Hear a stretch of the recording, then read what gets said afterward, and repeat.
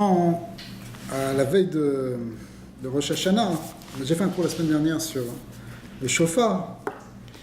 On va revoir quelque chose aussi qui concerne l'idée de Rosh Hashanah maintenant en tant que c'est le premier des 10 jours de ce qu'on appelle les 10 jours de Teshuvah, Asara Yemei Teshuvah. Et donc Rosh Hashanah c'est le début d'une certaine Teshuvah. Alors on va essayer d'expliquer un peu à partir d'une écoutez à la chot ici, Rabbi Nathan de Breslev, qui parle à partir de la Torah Vav du Likutei Moharan, qui explique en détail la notion de Teshuvah. Alors je prends un petit peu au début du texte, mais c'est pas vraiment le début non plus. Il dit comme ça, qui Rosh Hashanah ou Trilat Teshuvah shel Kol Hashana. Rosh Hashanah c'est le début de la Teshuvah de toute l'année en fait. Qui ou Yom Rishon Me'aseret Yemei Teshuvah, c'est le premier des 10 jours de Teshuvah. Veze Ayom Trilat Ma'asecha.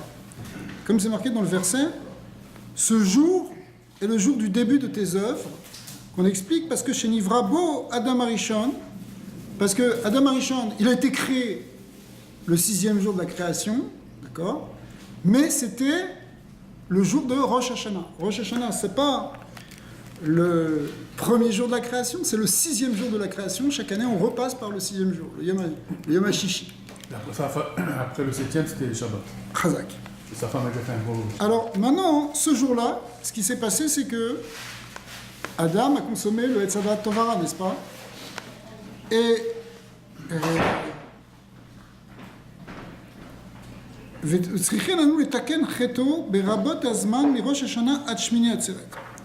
il y a quelque chose qui est marqué dans les Sifrei Kabbalah, qui est fait dans le Harizal, c'est que nous, comment on répare ce qu'a fait Adam Arishon? On le répare chaque année, sauf que Rosh Hashanah, ça ne dure pas un jour pour nous, ça dure 2 jours. Et en fait, le 2e jour de Rosh Hashanah, ça va pas être curieux ce que je dis, mais le 2e jour de Rosh Hashanah, c'est comme s'il s'étirait et il s'étendait jusqu'à Shmini Atzeret. En d'autres termes, tout ce qu'on fait pendant Tishri, depuis Rosh Hashanah jusqu'à la fin de Sukkot, c'est un grand Rosh Hashanah. C'est le début de l'année. Le début de l'année, elle va vraiment commencer à Shmini Atzeret, si vous voulez. Après le Harizal, ça commence un Moussaf de Shmini Atzeret, ça commence le nouveau circuit. C'est ça, l'écoute à la faute. Oui. Mais là, j'explique ce qui ramène les Ktavim, je l'explique. On doit faire 2 jours. Alors, on fait 2 jours de Rosh Hashanah, d'ailleurs, même en Eretz Israël. C'est pas comme les autres Yom Tov où c'est seulement en Chutz La'aretz. Mais la raison est que... À Jérusalem, on doit faire 3 jours. La raison est qu'il faut arranger en quelque sorte ce qu'a fait Adam Arishon. Et ça nous prend non pas un jour, ça prend 21 jours en fait, depuis Rosh Hashanah jusqu'à Shmini Atzeret, et ça prend plusieurs années. Toutes les années, on fait un grand Rosh Hashanah, comme je viens d'expliquer, de 3 semaines. On le fait chaque année, et tout ça, c'est pour réparer, en réalité, ce qu'a fait Adam Arishon, lui, en un quart d'heure. Maintenant, 2 minutes, maintenant, 2 minutes. Du coup, ça veut dire que quand on arrive Rosh Hashanah, on commence cette réparation. Et c'est pour ça qu'on commence en fait cette Teshuvah. Alors vous allez me dire, mais oui, mais il n'y a que Asara Yemei Teshuvah, il n'y a que 10 jours de Teshuvah depuis Rosh Hashanah jusqu'à Yom Kippour. Mais depuis Rosh Hashanah jusqu'à Yom Kippour. Mais en fait, même Sukkot, c'est encore, comme vient de le dire, la continuité de Rosh Hashanah, et on fait Teshuvah aussi. D'ailleurs, quand on fait les Hakafot de Sukkot, on les fait dans la Simcha. Sukkot, c'est Ve'ater Chag Sameach, c'est le Har Sameach, pardon, c'est le Chag de la Simcha, c'est Sukkot. Mais malgré tout, on supplie à Kadosh Baruch Hu. Si vous lisez les textes des Hoshanot, c'est des supplications, on demande à Kadosh Baruch Hu de nous sauver. En réalité, c'est encore la Teshuvah qui continue. Jusqu'à Hoshana Rabbah, où Hoshana Rabbah, on fait encore, même chez les Sfaradim, on fait les Slichot, on sonne le Shofar. Pourquoi? Parce que la Teshuvah n'est pas terminée. Donc, mais le début de cette Teshuvah, là où il y a finalement, et dans le début, c'est là qu'il y a l'essentiel quelque part. C'est là qu'on ouvre la porte. c'est à Rosh Hashanah. Donc Rosh Hashanah, c'est un jour de Teshuvah, c'est pas un jour de Teshuvah où on mentionne les fautes, parce que c'est en même temps un moment où justement on ne peut pas encore mentionner les fautes, et Al-Pi Halakha, on l'explique parce que c'est Yom HaDin, et que c'est pas le moment d'éveiller le din, mais Rabbi Nathan, lui, il a une autre explication, il dit c'est que pour l'instant, on n'a pas encore la capacité vraiment d'exprimer les choses. Hein, comme quand quelqu'un, il explique là-bas dans la Torah Vav, justement, Rabbi Nachman, que quand quelqu'un il faute, on arrive à parler une fois dans ce cours, il descend au niveau de l'animal. D'accord? Et quand on descend au niveau de l'animal, on perd la parole. Il n'y a pas de parole. L'animal ne parle pas. Ce qui définit l'humain, c'est le fait qu'on ait la parole. Et justement, Rosh Hashanah, hein, c'est le début où on commence à retrouver la parole. Parce que Adam, il a fauté justement à ce moment-là. Donc il est descendu dans le niveau animal. Et maintenant, on doit repartir pour retrouver le niveau de Médaber, d'homme qui parle. Mais au départ, on est encore dans une forme de silence. C'est pour ça que la seule parole pratiquement qu'on peut faire, bien que c'est vrai qu'il y a toute la tefila qu'on fait en Rosh Hashanah, et c'est très important la prière, c'est important de faire Tehillim, mais quelque part notre parole, elle est encore à un niveau qu'on peut comparer au son du chauffard. Alors le son du chauffard, c'est un cri, c'est une voix sans parole, si vous voulez. C'est un son qui n'est pas encore développé sous forme de parole. C'est le son qui sort, c'est comme le son qui sort de la gorge, comme on l'avait vu la semaine dernière, c'est comme quelque chose qui sort des tréfonds du cœur. D'accord? Mais ça, c'est une bérina, justement, parce qu'on est encore dans l'absence de parole, dans la demi-moute des animaux.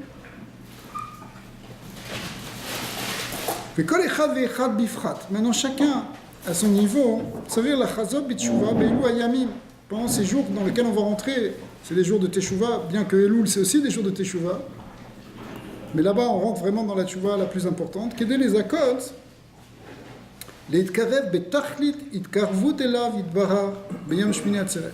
Et tout ça, c'est une préparation pour arriver à Shmini Atzeret. Vous imaginez? En réalité, quand on dit que c'est une préparation, ça ne veut pas dire que dans chaque temps, il n'y a pas quelque chose d'extraordinaire à prendre. Évidemment, Rosh Hashanah, c'est une fête en tant que telle, Kippour aussi, etc. Mais, quelque part, il faut arriver à voir cette période comme une période de construction globale pour arriver à un objectif qui est Shmini Atzeret. Où là, il va y avoir effectivement, on va se sentir complètement libre et complètement réparé. Et c'est pour ça qu'il y a la plus grande Simcha Shmini Atzeret qui s'appelle Simchat Torah.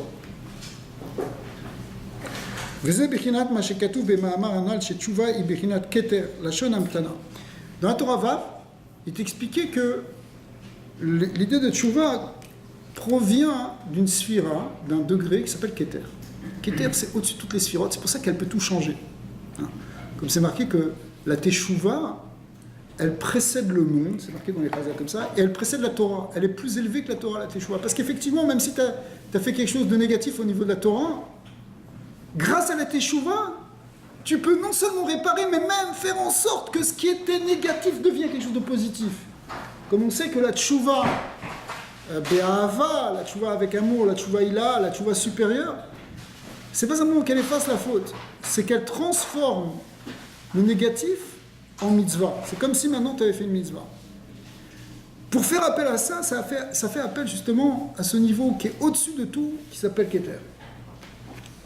Keter, on a vu une fois que Keter, tu permutes les lettres, ça fait karet. Ça peut transformer le karet en Keter. Mais ici, il dit, Rabbi Nachman, que Keter c'est aussi la shon amtana. C'est-à-dire, amtana, ça veut dire, on pourrait dire, patience. Katarli zahir. Attends-moi un peu, dit le passouk. C'est quoi Katar, Kater, c'est l'idée d'être patient. Et alors, on explique que la Teshuvah, bien que la Teshuvah, on peut tout faire en un instant, mais en même temps, il y a un processus de Teshuvah. Il y a un ta'alir qui se fait étape par étape, un processus, où il faut savoir être patient. Parce que tu es arrivé dans un certain niveau où tu veux revenir, où tu veux t'élever à un autre niveau. Il faut que tu passes de degré en degré. C'est pour ça que la Teshuvah ici, elle prend Asarayim et Teshuvah, et même plus, 21 jours de Teshuvah, comme on vient de le dire. D'accord ? Pourquoi ? Parce que chaque jour, tu vas pouvoir progresser, faire quelque chose de ce jour, transformer la négativité en quelque chose de positif. Donc, c'est sûr que ça demande de la patience. Des fois, les gens ils te disent, ouais, ben voilà, maintenant j'ai fait tchouva, mais les choses, elles sont pas encore, ça s'est pas encore arrangé. Et puis j'ai tout. Ouais. Ça prend un certain temps. D'accord? Maintenant, et donc ça prend de la patience. C'est pour ça que l'idée de savlanout, c'est une mida qui vient justement du keter, la midat harachamim d'Hachem, elle sort de ce keter, elle sort de ce niveau le plus élevé, les 13 midat harachamim, marqué dans le Zohar, et c'est repris dans les Koubalim, que ça correspond au touffe de la barbe du grand visage, ce qui représente en fait l'épanchement des lumières justement qui sortent de keter. Et en fait, quand on a cette amtana, lorsqu'on fait preuve de cette patience qui est la midat de keter, alors justement, on amène la midat harachamim, et cette midat harachamim a la capacité de transformer le négatif.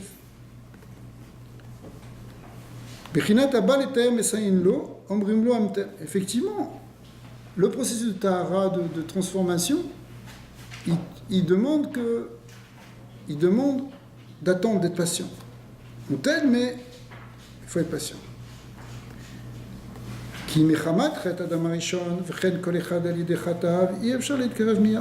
cause de la faute d'Adam Rishon et aussi à cause de nos fautes personnelles qu'on fait chacun, on ne peut pas se rapprocher d'un coup. Donc il faut attendre de Rosh Hashanah jusqu'à Shmini Atzeret. C'est là-bas, à ce moment-là, au moment de Shmini Atzeret, de Simchat Torah, qu'il y a la plus grande proximité entre Israël et Akadosh Baruch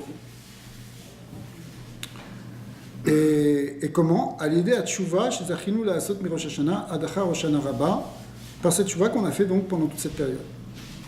Veze bechinat omrim lo amten. Veikar Tchouva, ou bechinat dom lachem, veitrolel. Veitrolel lo. Veu yapil lacha chalalim, shenichna adam shebechla asmol. On l'avait vu une fois dans cette Torah Vav. En fait, le côté physique, le côté animal, il est dans le sang. Le sang qui est Adam ou un nefesh, c'est là-bas qu'il y a l'animalité, c'est là qu'il y a le côté physique. La force vitale est dans le dam. Maintenant, ce dam, il cache en quelque sorte une vitalité supérieure, qui est une vitalité spirituelle. Alors là-bas, Rabbi Nachman explique ça avec des schémas à Kedashim, il s'appuie sur la Kabbalah pour expliquer que la vitalité spirituelle, notre existence véritable, l'existence de notre âme, si vous voulez, l'existence spirituelle, pas simplement l'existence physique, elle correspond à un nom sacré de Dieu, qui correspond justement aussi à ce qu'est terme, enfin, et qui est le nom Ekie, Aleph Ke Yud Ke. Aleph Ke Yud Ke, ça veut dire, c'est le principe de l'existence, ça veut dire j'existe, ou j'existerai, ou je serai. D'accord? Ça veut dire c'est le principe de l'existence. Donc le Shem Ekie, c'est lui, si vous voulez, c'est le symbole, c'est plus qu'un symbole, c'est la vitalité spirituelle de notre Neshama. C'est donc ce nom, c'est contenu par ce nom. D'accord? Comme tu dirais, Elohim, c'est la Gvura, Kel, c'est le Chesed, Ekie, c'est le Shem qui exprime l'existence spirituelle. Maintenant, cette existence spirituelle elle est cachée dans une existence physique, qui, elle, est représentée par le Dam. Et il explique que Dam, ça fait 44 en Gematria. Et 44 en Gematria, c'est la Gematria justement du Shem Ekie dont on vient de parler, lorsque tu l'écris en pyramidal ou en Achoraïm, c'est-à-dire, c'est une manière d'écrire Alpi Kabbalah, où tu écris, au lieu de l'écrire Aleph Ke Yud Ke, il s'écrit Aleph, Aleph Ke, Aleph Ke Yud, Aleph Ke Yud Ke. Et la Gematria de tout ce Shem, ça fait 44. Et quand on l'écrit comme ça représente l'extériorité ici de ce Shem Ekie. C'est-à-dire que l'existence physique, l'existence matérielle, toute notre vitalité matérielle, tous nos désirs matériaux, tout ce qu'on fait dans la matière, c'est que l'extériorité de notre existence intérieure. On comprend bien, d'accord?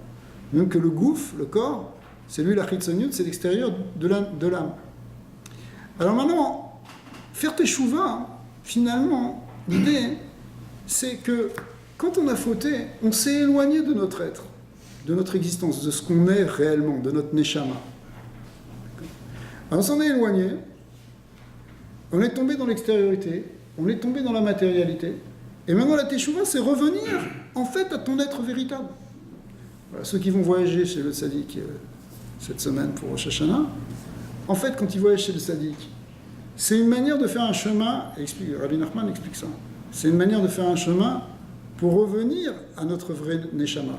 On dit que le tzaddik, c'est lui qui est Meshiva Veda, on a perdu quelque part notre âme, on va la retrouver chez lui. C'est quoi? Ça veut dire on repart de l'extérieur pour retrouver l'intérieur. À l'époque du Beth Amikdash, on faisait Aliyat HaRegel. C'est quoi Aliyat HaRegel? C'est que 3 fois par an, ou 1 fois par an, mais on y allait en général pendant les fêtes, eh bien, on va de là où on habite, on monte à Yerushalayim, on monte au Beth Amikdash, ça veut dire on part de l'extérieur pour revenir au centre. Géographiquement, c'est ça, le centre, c'est Jérusalem, c'est le Beth Amikdash, on dit que le Beth Amikdash, c'est le centre du monde.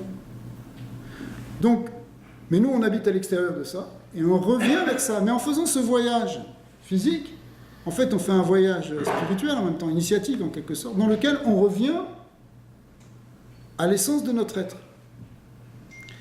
Alors ça, ce mouvement-là, c'est en fait ça l'essence de la Teshuvah. L'essence de la Teshuvah, c'est quoi Teshuvah? Tu reviens, mais tu reviens où? Tu reviens vers Hachem. Mais quand tu reviens vers Hachem, ça veut dire en même temps tu reviens à ce que tu es réellement, ce que tu étais au départ, comme Adam avant le Chet. Tu reviens au niveau d'Adam Arishon avant la faute. C'est ça qu'il faut arriver à faire, dans un premier temps en tout cas, parce qu'après il y a peut-être d'autres niveaux. Ouais. Maintenant, pour passer à ça, effectivement, pour passer à ce niveau-là, il y a des choses qui empêchent de faire teshuva. Est-ce que tu sais ce qui empêche de faire teshuva? Ilan, tu as une idée de ce qui empêche de faire teshuva? Je vais te dire ce qui empêche de faire teshuva, c'est nous-mêmes. D'accord. Pourquoi?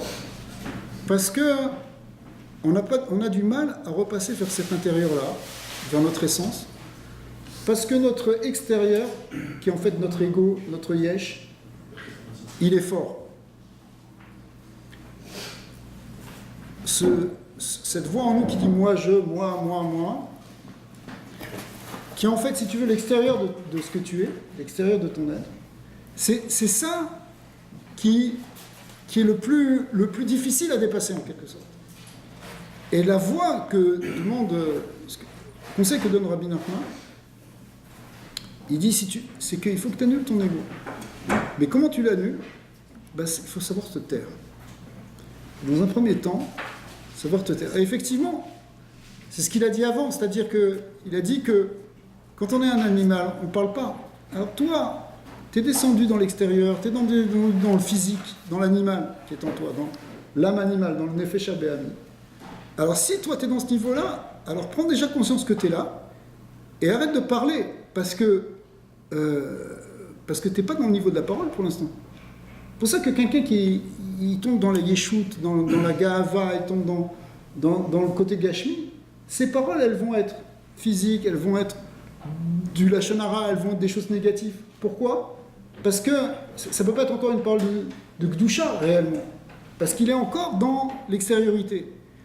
Donc la première chose, c'est commencer à te taire. Et même si on te fait un bisayon, il te dit, parce que même si toi-même tu as honte de ce que tu as fait, donc tu ressens ce sentiment de honte, c'est pas si négatif que ça dans le premier temps. Pourquoi? Parce que c'est justement ça qui te permet d'annuler ce côté yesh, ce côté gashmi, ce côté dame, et passer du dame 44 au shemekié, c'est-à-dire ton existence spirituelle, c'est revenir à ton effet sheloki, à ton âme spirituelle. Donc l'idée de passer de l'âme matérielle à l'âme spirituelle, enfin l'âme animale à l'âme spirituelle, ça passe d'abord par le silence. Et c'est après qu'on va retrouver cette parole qui est justement la parole de l'âme spirituelle. L'âme spirituelle, c'est Ruach Memalela, c'est un esprit doté de parole. C'est ça qui définit l'homme. Alors que ce qui définit l'animal, c'est au contraire son absence de parole.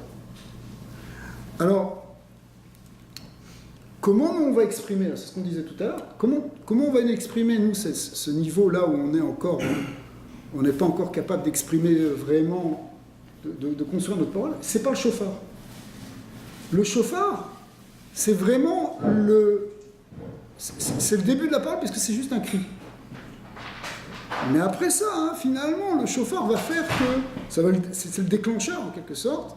C'est le début c'est le début de cette reconnexion avec cette dimension spirituelle, cette dimension divine. Et puis après, on va la construire avec la Sarayim et Tchouva, et avec Kippour et Sukkot, etc. D'accord. Jusqu'à ce qu'effectivement, on arrive à Shmini Atzeret. Et Shmini Atzeret, c'est une forme d'union avec le Créateur. Jusque-là, il n'y a pas, dans les Kavanot, Al-Pi Arizal, il n'y a pas de zivug à ce moment, il n'y a pas d'union avec Hachem, entre guillemets, bien sûr.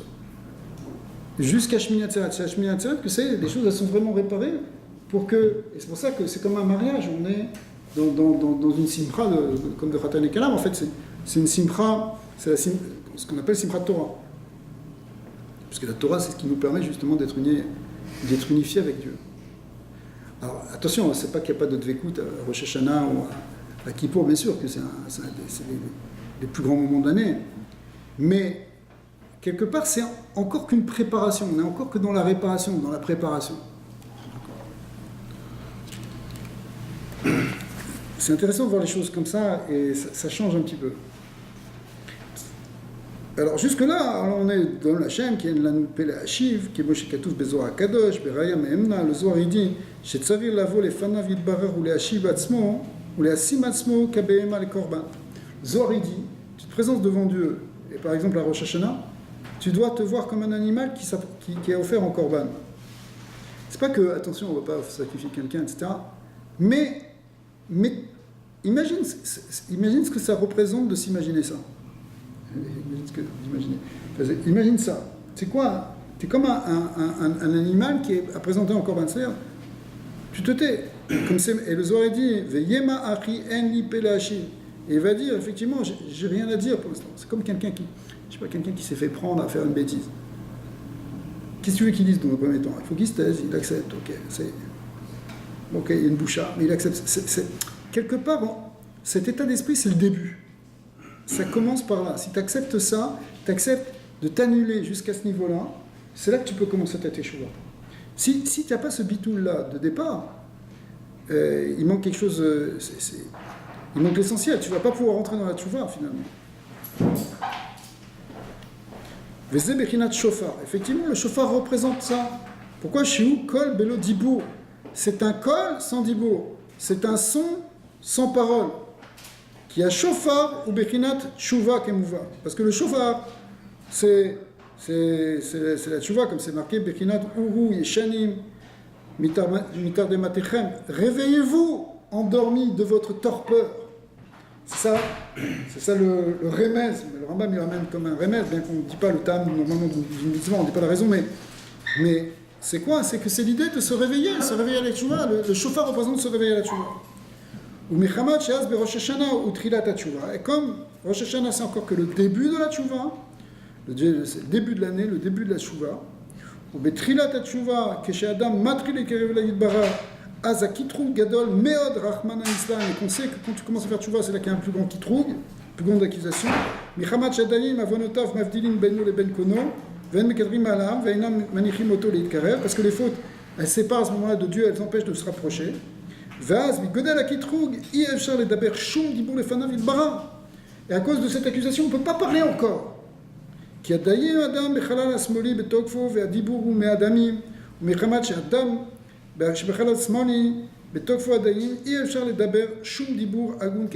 l'instant, on ne peut pas encore parler, mais finalement, on va commencer par sonner le chauffard et après on va retrouver la parole et on va s'arrêter là.